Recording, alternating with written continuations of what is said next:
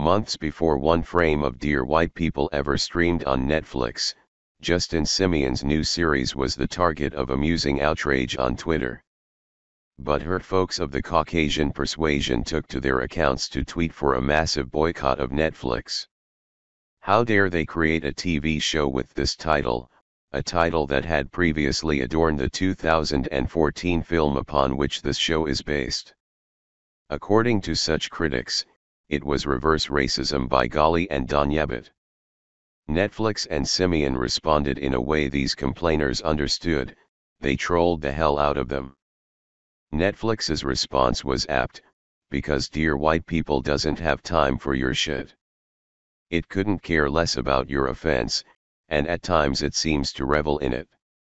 In today's climate, where satire can barely compete with the insanity of real life, Simien has crafted a take-no-prisoners approach to his comedic statements.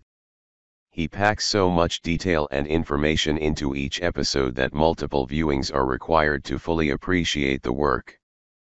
In this first episode alone, there are several throwaway lines that fly off the cuff, only to return later to your mind like a boomerang. Dear White People is blissfully aware that it is a TV show. How else does one explain the ethnic but non-threatening voice of the narrator, the suddenly ubiquitous Giancarlo Esposito? The writers of this program are depending on me to explain things that they are too lazy to set up traditionally, says the actor formerly known as Big Brother Almighty from School Days. This writer wishes he could hire Esposito to tell you that, back in 2014, he and Stephen Boone covered the film version of Dear White People for our Black Man Talk series. We dug into the character-based minutiae of Simien's debut feature, discussing many elements that carry forth into the 10 chapters that make up the series. You should go read that, as it will tell you exactly what to expect from these recaps. Chapter I opens with a James Baldwin quote: "The paradox of education is that as one begins to become conscious, one begins to examine the society in which he is being educated. We are at Winchester University, a primarily white institution, PWI, that was, 3 days prior, the site of a blackface-themed party thrown by the university's humor magazine, Pastiche. Something of an institution itself, Pastiche turns out successful comedy writers for shows like Saturday Night Live. The Pastiche crew's rationale for this party matches that of the aforementioned Twitter protesters. They named their party Dear Black People in response to the title of a campus radio show. Rather than have people showing up as Dr. Maya Angelou or the mathematically brilliant ladies from Hidden Figures, however, white partygoers showed up as every black stereotype they could conjure. That's an actual black person, says our narrator, after unsuccessfully trying to identify some of the partygoers' costumes. That actual black person is joined by numerous other black people, including this episode's subject, Samantha White, Logan Browning, taking over for Tessa Thompson. She's recording the party, capturing the less than appreciative response of the party's gatecrashers.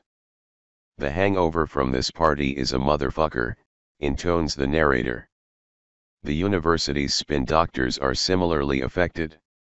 This was a party that should have been cancelled, yet somehow it was thrown. After the party flashback, Chapter I explores Sam's college life.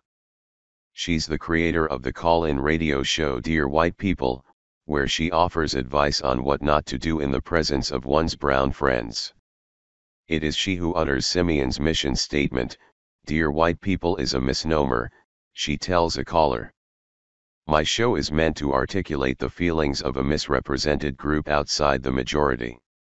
These feelings include the numerous microaggressions Simien hilariously depicts in a quick montage. What are you?" asks one perky young lady. "Someone about to slap the shit out of you," Sam replied. Actually, Sam is biracial. "You're not Rashida Jones biracial," says her BFF Joelle, Ashley Blaine Featherson. "You're Tracy Ellis Ross biracial." This is one of those boomerang lines I was talking about. It's funny on the outset, but it came back to haunt me later. It got me thinking about the double standard regarding how black, or not black, a biracial person may look. The line comes a few scenes after an allusion to the brilliant Straight and Nappy musical number in School Days. At the monthly Black Caucus, Sam and the darker-hued Coco, Antoinette Robertson, get into it over good and bad hair. Your natural hairdo is held together by bobby pins and prayer, snaps Coco. You should talk, Samantha responds. You have half of India's GDP on your head. That Black Caucus meeting yields a reassessment of how righteously and unapologetically black Sam White is, after a surprise Instagram post puts her reputation as the voice of Winchester's black militancy and pride at stake. I hate when B leaves, the post reads, accompanied by a picture of Sam leaving some white guy's apartment. That guy turns out to be Gabe, John Patrick Amidari, Sam's summer bee, with whom we previously saw her having orgasmic sex. To quote Joel, Summer B looks like the white dude in the picture that comes with the frame. When you're the author of a piece entitled Don't Fall in Love with Your Oppressor, a black girl's guide to dating at Winchester, romancing a white guy gets a solid 10 on the hypocrisy meter. Chapter I is as much about Gabe as it is about Samantha. In the film version of Dear White People, Sam tells Gabe of her own discomfort about the white side of her family. It was a shockingly frank scene, buoyed by the notion that we're hearing a perspective other narratives would never touch. In fiction, it's always been the black side that brought out the shame. Chapter I shifts Sam's discomfort to Gabe, but her desire to keep their relationship on the down low is more a matter of optics than shame. Any interpretation by the outside world is bound to be a binary one, an either/or proposition that overshadows its complexity. Even Simien's framing of her explanation is purposefully guilty of this. When I'm with him, it's like a respite from everything, she tells Joel, as Simien positions her in front of a giant poster that reads Missing, Black Culture in big, bold letters. Simien's characterization of Gabe is ripe for multiple interpretations, and John Patrick Amidari plays him in a way that forces the viewer to draw conclusions that depend not only on what we're seeing on screen, but the biases, implicit or not, we bring to the table. Is he really this naive? I asked myself about his Instagram post, or is there a bit of vindictiveness at play here? That question lingers during the episode's big Defamation Wednesday set piece where, in a moment of defiance, or is it resignation, Sam brings Gabe to the all-black Armstrong Parker house for an event denoted as the epicenter of black campus life.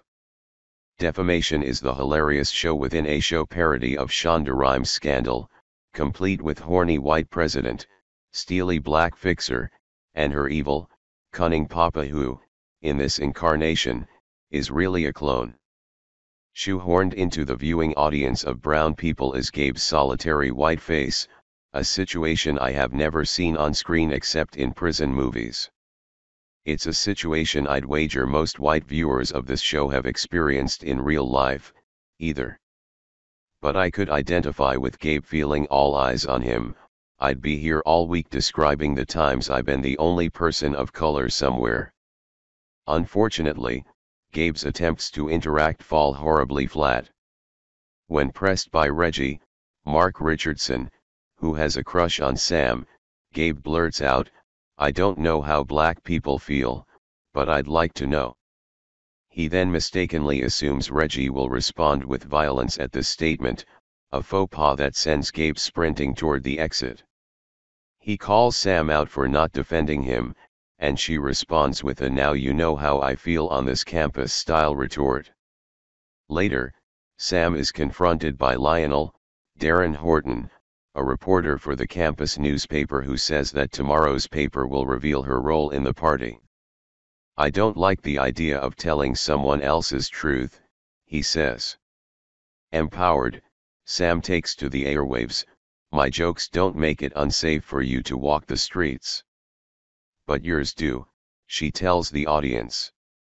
When you mock and belittle us, you enforce an existing system. Before this party, a POC couldn't mention racism without it being seen as crying wolf. Look, I sent the party invite. It was fascinating to see what was under the surface when you were allowed to suspend your polite white liberalism. I considered it a sociological experiment. And guess what? You proved my point. Sam then apologizes to Gabe. He's part of her truth, optics be damned.